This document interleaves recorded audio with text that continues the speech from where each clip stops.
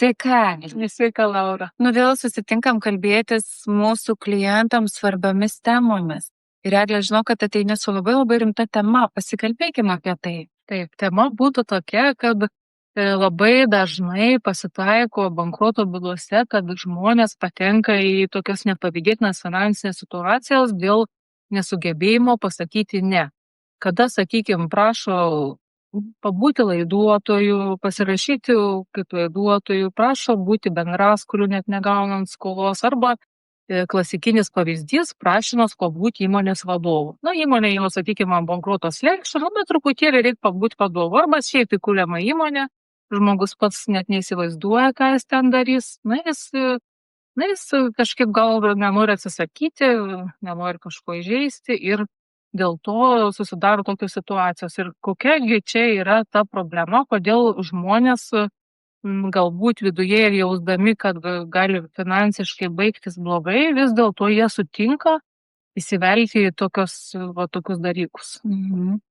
Labai sunku spręsti už visus, bet aš tiesiog, girdint tą, kad tu sakai, tiesiog kelsiu tokią hipotezę, kad čia gali būti didžiulė problema su žmogaus negebėjimu atlaikyti ribas. Nes tu kalbi, kad tarsi tam žmogui yra sunku pasakyti ne, ypatingai turbūt jam svarbiam kažkokiam žmogui, kuriuo jisai pasitikė. Ir matai, čia reiškia, yra kažkoks atsitikęs dalykas, kad žmogui iš esmės yra sunku sakyti ne. Ir jisai atsisako netgi savo saugumo, finansinio saugumo. Reiškia, jisai netgi daro išlygas savo, reiškia, savo ar ne poreikiams, savo saugumui, savo ateičiai ir geriau sutinka tenkinti kito poreikius iš to, kad jisai nemoka sakyti ne. Ir iš tikrųjų čia yra didžiulė problema, ribų nesilaikymas.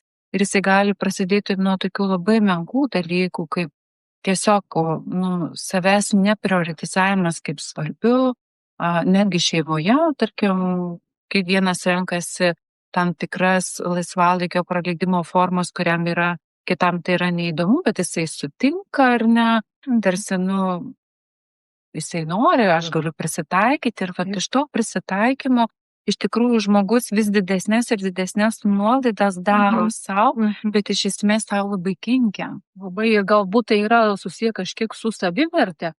Žmogus neturi tos savivertės ir galvoja, jeigu čia atsisakysiu ir gal dabar mane nebedraugaus, atstums, paliksiu vienišas. Faktas, jeigu žmogus nesijaučia pats savęs vertas, ką mes galim kalbėti, kad jisai bus vertas kitiems. Taip, ir dėl to norisi tiesiog visiems dar kartą priminti, kad svarbiausia yra tikrai žiūrėti savo interesų, žiūrėti, ar iš tiesų jūs galėsite panešti tą finansinę naštą, nes ją visą laiką reikia įsivertinti, kad už kitą žmogų, laiduojant, pabūnant vadovu ir panašiai, visą laiką gali kažkas nutikti ne taip ir greičiausiai taip ir nutiks. Ar sutinkate iš tiesų prisimti tą naštą, nes vėliau jau reikalai gali labai stipriai komplikuotis.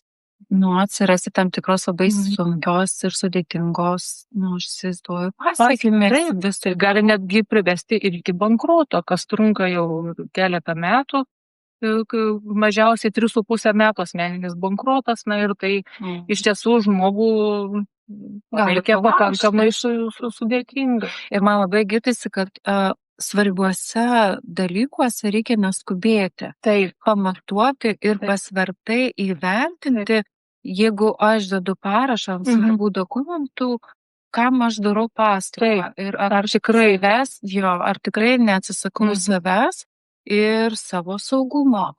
Tai raginame neskubėti, pasvertai viską daryti ir savo gyvenimą turėti savo rankose.